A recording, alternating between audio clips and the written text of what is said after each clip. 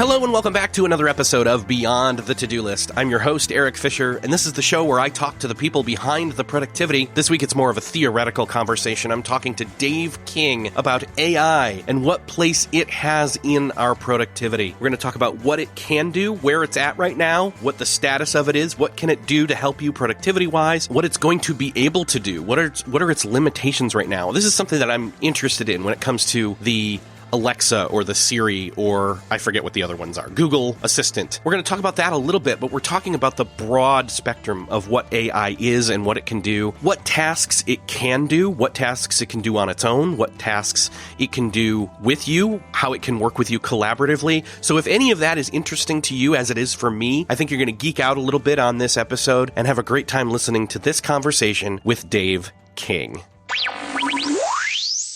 Well, this week, it is my privilege to welcome to the show Dave King. Dave, welcome. Thanks very much, Eric. Great to be here. The topic of the day is AI. And for those that don't know, they should. AI stands for artificial intelligence. And, you know, I struggle to have intelligence of my own half the time, but then to have artificial intelligence added into the mix, I don't know. It's like this is where sci-fi and productivity meet, right?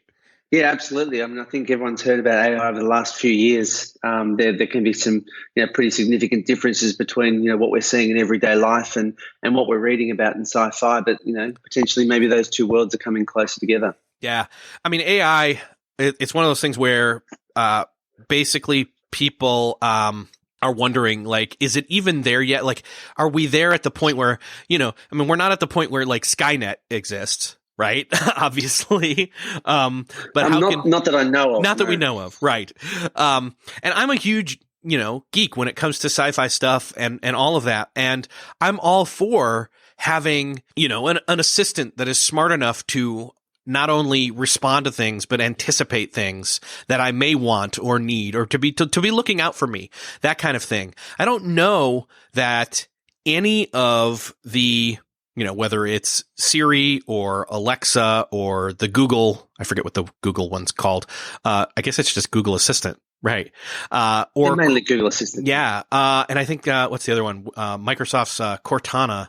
Like, I don't know that any of those are still on par to the point where we think they will get to. I mean, would you consider, well, let me first back up. What is your definition per se of definition and expectation of what an AI is? And then do you think any of what I just mentioned starts to fall into that category yet?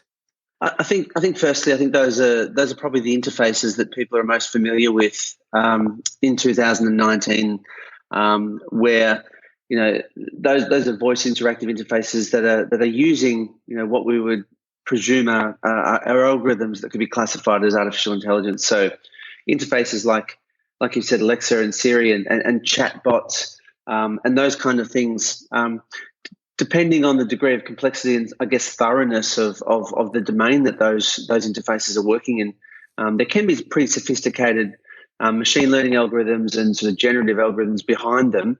But the interface itself, I wouldn't say makes it AI. I think the notion of I guess humanizing an interface and giving it a name, like we see in the movie Her and in Alexa, probably suggests and implies to people that it's trying to emulate human intelligence. But I don't think that's the definition. I think it's more, we're in a phase now when I think those large companies you mentioned are really training their algorithms using friendly interfaces. And, you'll see Siri improve a lot over the last few years and the next few years, similar to the other ones.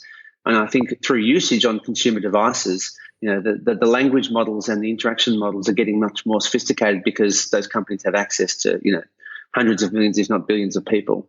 A couple different terms that, you mentioned and we can throw around and people are throwing around in there. So let's first of all say AI, obviously artificial intelligence being one of them. You mentioned machine learning, and then I think there was another one. What was it? It might have been automation. I think there was another one.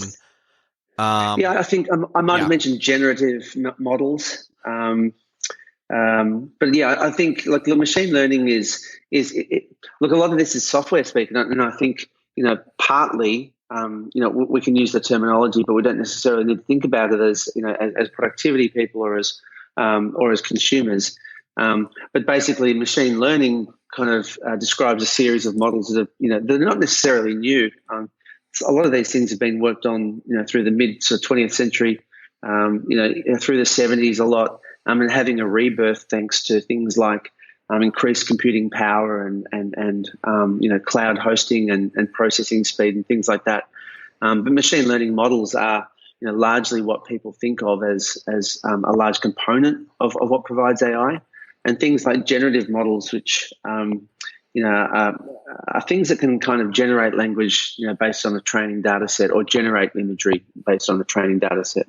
Yeah, I think as we get into this conversation of AI and how it enters into the workplace, how it enters into personal productivity or even macro productivity of an organization, there's a lot of thought that has to go into this. There's a lot of, I should say, not just thought, but discussion of what are the best ways to use it? What can it even possibly do? Like, what's the potential there? What are your thoughts on that?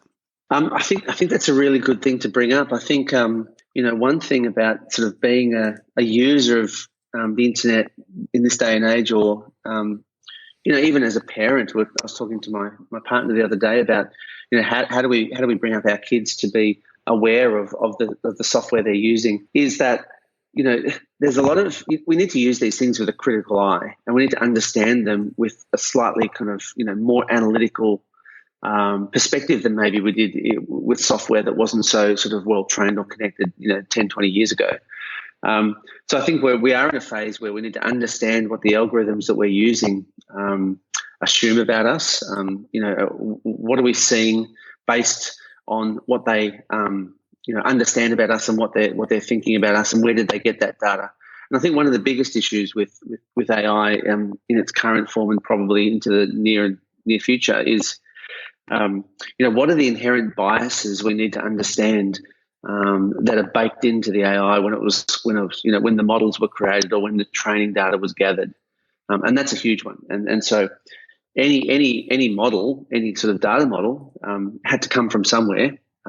It's very rare, or even at least highly unlikely, that the AI made another AI. We're not there yet, and that does sound So some human somewhere started this, and they gathered the training data, and they created the algorithm, and they trained the model based on that, and they made a lot of decisions, and those could be software engineers or business people. We need to be aware of the decisions that were made with the software that we're using. I remember now the other word was algorithm. You just said it again. So that was one of those. Again, you see in the news, if you're reading tech news, you see AI, you see VR, you see AR. VR and AR aren't part of this conversation between you and I, but there's this selection of buzzwords of AI, VR, AR, algorithm, and I think there was one other one, machine learning. And so they can all be super overwhelming or possibly confusing, especially when we see once in a while these news reports of, like, I think I just saw one a couple of weeks ago. It was a video online probably of a quote robot in a pizza place making pizza, and the inherent job losses that may come along with more and more technology, digital technology specifically, powered by AI, taking jobs from human beings. Yeah, I think it's good to understand and I guess sort of break down the terminology, so it's not meant to be frightening or keep you away from the way it works. I mean, an algorithm in its most basic form is really just a set of rules or operations that helps the software work out what to do next. So it's not that different from the way computer programs have been written since forever. So I think those techniques are, literally the way that people compile software, that the software processes data. It uses algorithms to determine what to do next. But I think, to your point, and it's really valid, like the term algorithm in this day and age brings with it a lot of different associations. And I think that's because we're seeing what some of the probably larger corporations are doing with those algorithms, and we're starting to question that. So, what used to be a fairly non-emotional term in the 20th century starts to to mean something different and feel something different in this day and age. I think specifically to what you were just talking about in terms of the the emotional baggage that the word algorithm specifically carries with it now has to do with the changes that Facebook makes to its quote algorithm Yes. and news feed and what you see or don't see and how do you feel about that? So, yeah. Yeah, absolutely. I think that's a great example. I think, probably specifically Facebook and Google and Amazon, and it becomes a bit of a black box. I mean, I think people talk about an algorithm in a very generic term because it's really hard to unpack more specifically what it is and what it's doing, and kind of putting a definite article in front of it saying the algorithm does make it sound quite future facing. And I think some of those corporations probably use that to their advantage to kind of go, we're all over this, we're just tweaking the algorithm, and people kind of go, well, I'll never understand that, so I won't sort of look more closely. But yeah, it certainly feels like it can have a dark side and quite a mystical side, if we don't think about it too much. Yeah, I think the other thing that the opposite side of scary, which is the potential that there is for this technology to be incredibly useful, is when you can have AI and this technology step in and start to augment or even maybe be delegated to or do automative tasks or even beyond that for small teams, small businesses, entrepreneurs, like to be able to have access to that. That's like having extra team members.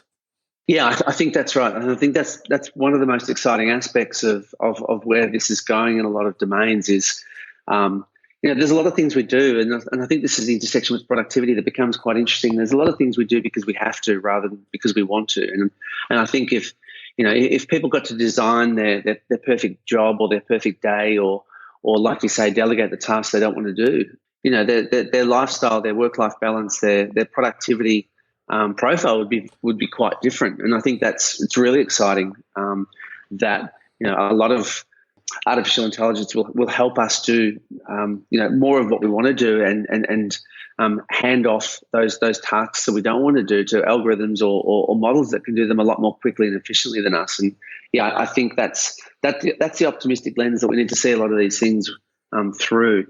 That these could improve life for a lot of people. The promise here with digital technology, especially new stuff that comes out, and we have to pay somewhat of a specific amount, a larger specific amount to get the brand new, phone or the brand new whatever it is, tablet. I don't know, insert tech lust object here. And the idea is behind it is not only is it going to be fun to play with, but what are all the cool things that it can do and that I can justify this purchase with because it's going to be a tool of convenience. It's a tool so I can justify it, and it's going to save me time, or it's going to save me effort, or fill in the blank here. It's going to save me whatever it is, and I won't have to put as much effort, as much time, as much money, etc. into my quote work or my life, and I will then have that much more leisure time or be able to get that much more effort out of my own work because of this tool.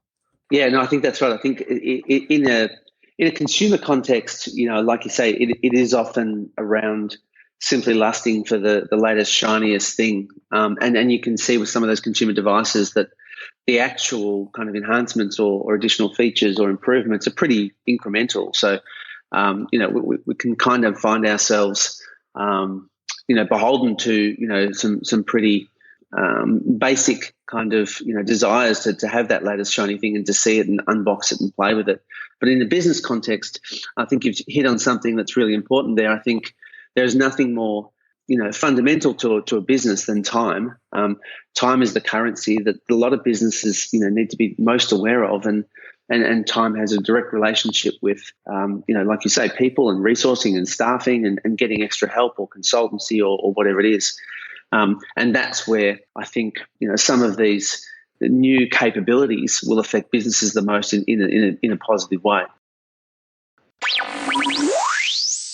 I got to ask, like, where are we at right now with AI in terms of it being something that can be delegated to with any kind of level of trust in that it's gonna perform and perform consistently based on our expectations? That's a great question. I think the element in that question which is most interesting to me is the consistency. So I think we're in a phase where a lot of really smart, innovative, creative people are creating software that can do an incredible range of interesting tasks. But often, if you want to incorporate that into your professional life or rely on it, you have to really scrutinize that consistency.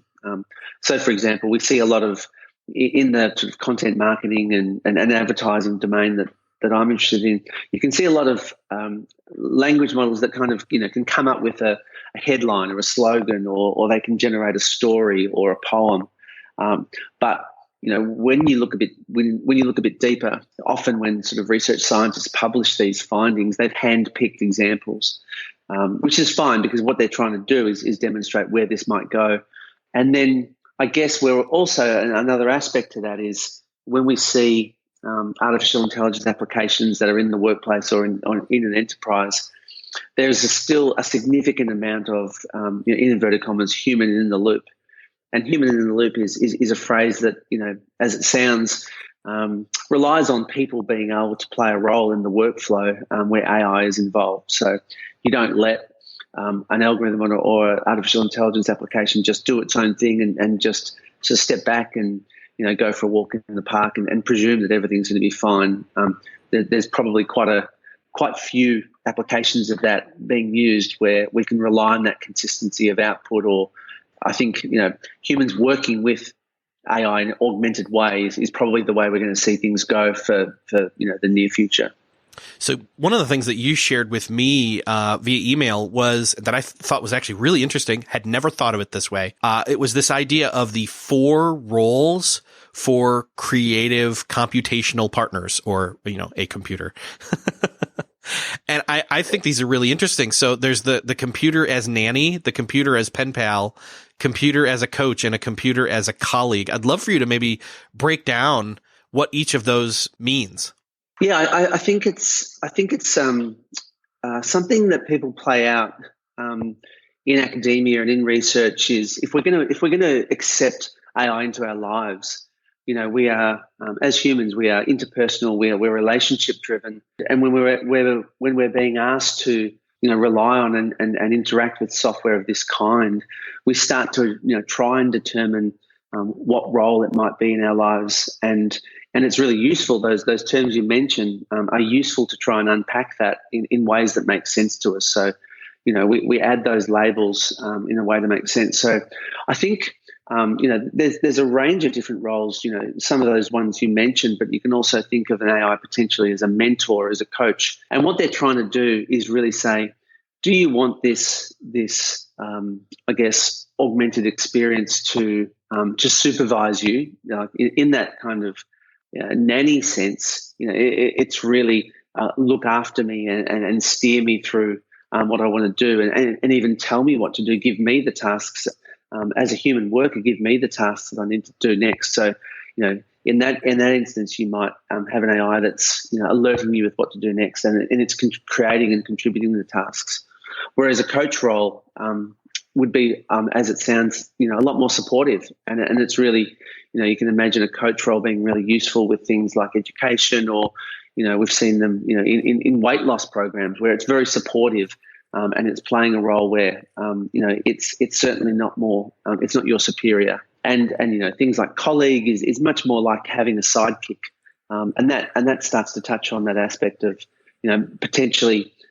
People are going to have a sidekick or a wingman or an augmented partner to work with, in ways they haven't done before, and that's a fascinating, I guess, progression of these kind of technologies in certain fields.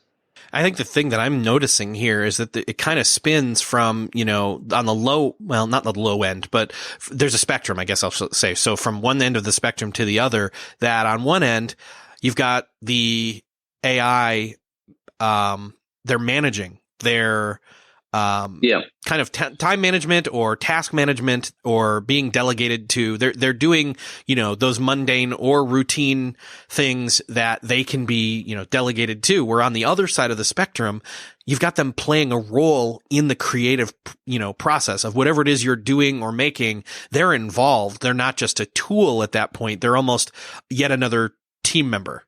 Yeah, I think that's right. And I think that's probably what differentiates the ambition of some of these, I guess, software applications is that, we've thought about software as tools, for a long time. And the notion of a tool is that, it's a thing humans can use to amplify, their own work or productivity or situation. But these, I guess, the AI software is really sort of being pitched for a lot of us as more of a as a partner in some way. So the notion of a computer as a pen pal is that it kind of, an AI might sort of facilitate that information flow between you and it in a way that you might use a pen pal, which is very different from being in control. So things like aspects of, I guess, control and who's initiating a task. And, your relationship and perspective on this bit of software is shifting. And it can be really useful, but it's also something that you need to be aware of, when you take on, an AI into your workflow. And I think one of the things that I was trying to get at with my previous question of the where are we at question when it comes to AI is I personally, and I'm curious to get your thoughts, don't necessarily see AI at the point of being able to, really be at that colleague level and create the same, I guess, quality. And again, I'll add the word in consistently of when it comes to creating content or different pieces of information, stuff that only a human could come up with. Because I'm not sure that we're there yet, but you may prove me wrong. What are your thoughts? No, I absolutely agree with you. I think it's almost like if we imagine that we're trying to create an AI that is of a human level of performance or creativity, it's probably going to be a distracting goal to have, for the next 10, 20 years for most of us. Again, research scientists behind the scenes are, running hard at sort of general AI or AGI, which is, really trying to achieve that goal of being able to process, information like a human would. But for most of us, we see it through applications. And I think that's right. It's not there yet where it's a colleague. It's not there yet where you would treat it with the same reverence or respect as you would a person. And there's probably there's definitely other reasons for that. We should value people more than software, but also the outputs, just my opinion, but the outputs are definitely inconsistent. But I think what you're seeing is fascinating new ways of people brainstorming, with themselves. The notion of needing to sort of pull a room together, which is not always available for everybody to have a bunch of people come in and do a brainstorm of any kind. Maybe we're seeing examples of AI where you can work with that AI in an interactive kind of brainstorming way and cover a lot of ground without needing to sort of imagine that it's as sophisticated, intelligent, or as creative as you. But yeah, it's not there yet as far as an equal. But as far as the other end of the spectrum, in terms of those menial tasks, that delegating, that or even it being intelligent enough to delegate to you, to remind you of tasks that you have, I feel more confident saying we're there, so to speak, in that side of the spectrum, right? Yeah, I think that's right. I think technically we're there, and also, there's this school of thinking around interactive machine learning, which is really the people who look into how a human's going to interact with this stuff, and what does the interface look like. And it's really important, that interface layer, when you're thinking about, am I going to trust the data or the suggestions or the recommendations that it's giving me? And I think what we're seeing is people are much more likely to trust things that are seen as, menial tasks or recommendations. So if we understand how something might work, for instance, there's an alert or a recommendation or a notification, we're pretty comfortable understanding, at least at a high level, how that works so we can trust it more. So, sales forecasts or customer service alerts, or little bits of automation that chatbots can do. One of the reasons, that's, I guess, proliferating is that, we're pretty comfortable with delegating that stuff because it doesn't seem like something, not just that I don't want to do, but it doesn't seem like anything too complex. It just takes scale and repetition. And we can understand, anyone can sort of really understand that it's just a computer task anyway. So, again, it's easier for it to accept that we might want to delegate that. Yeah. And again, as much as humans and their, intelligence is great, the computational power that we're able to tap into now on a technological level is so much faster at, crunching numbers to use that phrase. Yeah, absolutely. And I think just to one aspect of that we should remember is that, computers are quite brilliant at brilliant in inverted commas at processing sort of niche tasks or very well-defined tasks.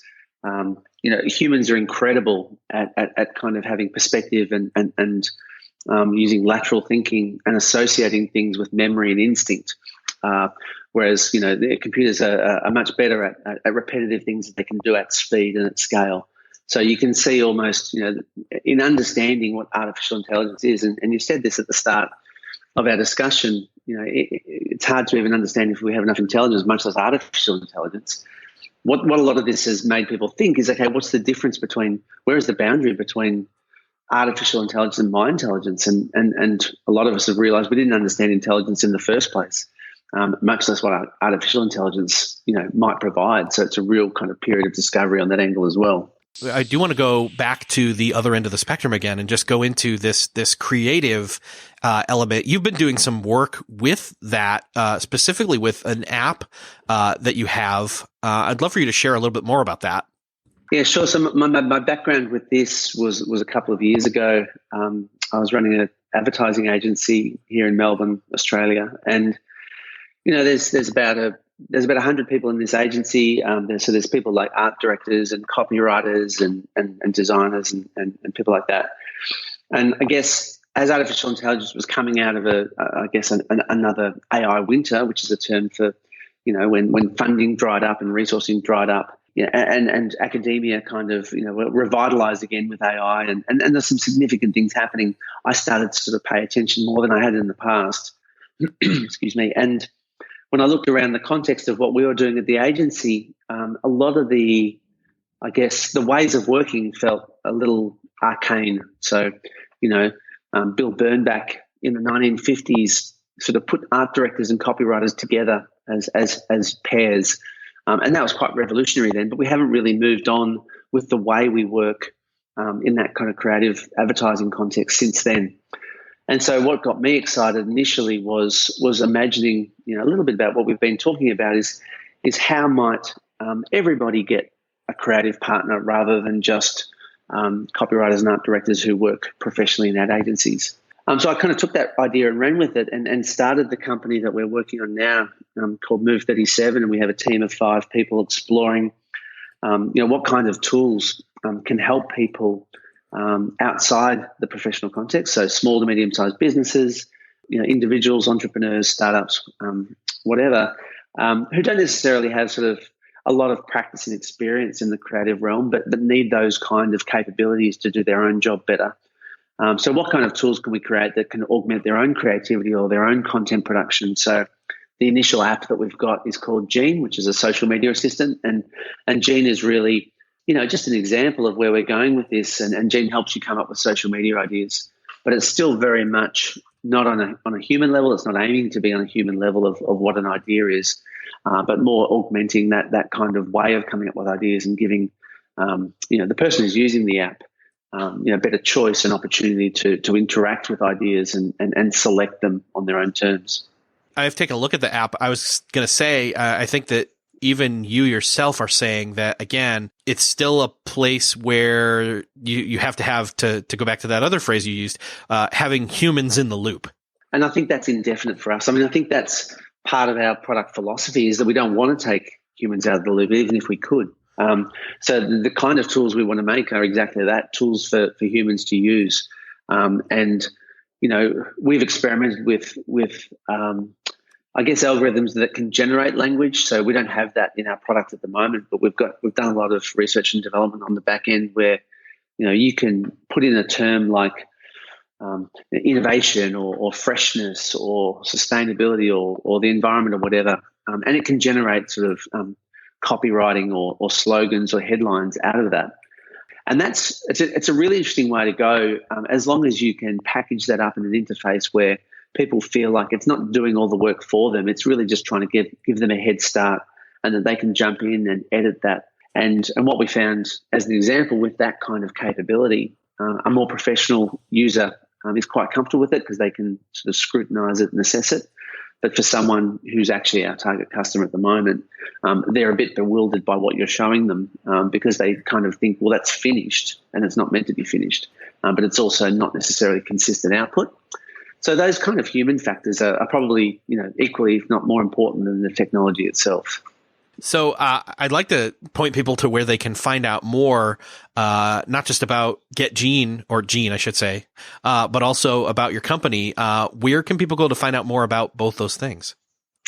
So GetGene is our website. So Gene is a social media assistant. So the URL for that is GetGene, which is JEAN.com, getgene.com. And our company is called Move37, and that website is move37.ai.